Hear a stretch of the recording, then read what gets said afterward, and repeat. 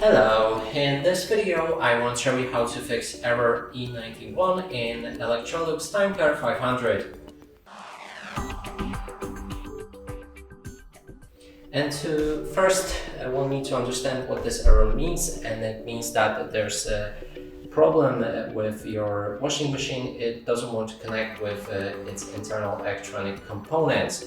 And to fix this error, we can try to unplug our washing machine from the power cable. I'm not sure if you can see it on the camera, but here I have the cable, so just disconnect it from the power source.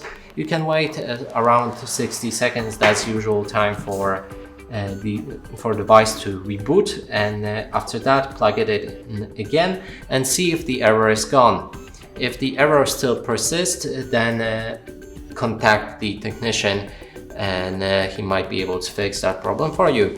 And that's it for this video. Hope you like it. Please consider subscribing to our channel, leave a like and a comment below.